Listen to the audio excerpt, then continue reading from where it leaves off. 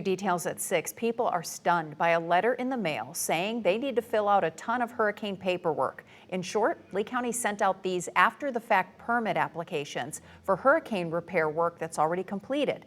Lee County says this is so people can keep their 25% flood insurance discount. You may remember last year FEMA threatened to pull it because of unpermitted work after Hurricane Ian. There's a 60-day deadline to fill out the forms or people will face code violations or worse.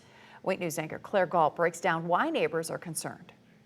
I spoke to a man today who got one of these letters. He told me he understands why the county is being so proactive this time around after Hurricanes Helene and Milton.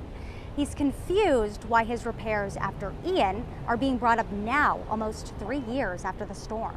Jim Weiss did not want to take these boxes out of storage. In fact, he never wanted to see these papers again. All this stuff is what Weiss saved after Hurricane Ian. I have to go back through basically 3 large boxes and look at all my claims. Because Weiss got this letter in the mail.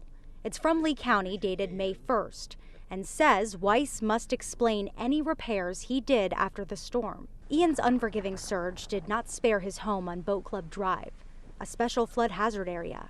And I said, well, that was 3 years ago. For somebody in their 80s, early 80s, it's very difficult to remember. And during the hurricane, it was quite disturbing, and I had 2 strokes.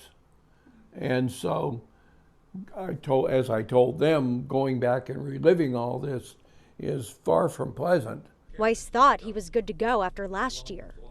That's when FEMA threatened to take away the county's 25% discount on flood insurance and said people did unpermitted work. But then Lee County declared it would keep its discount. Lee County Commissioner David Mullica explained the letters are part of the county's agreement with FEMA to keep the discount.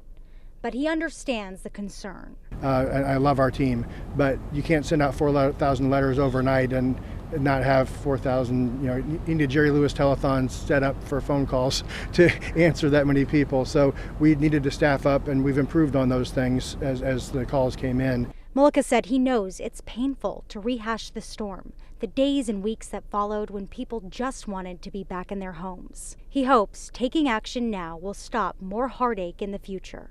Claire Galt, Wink News.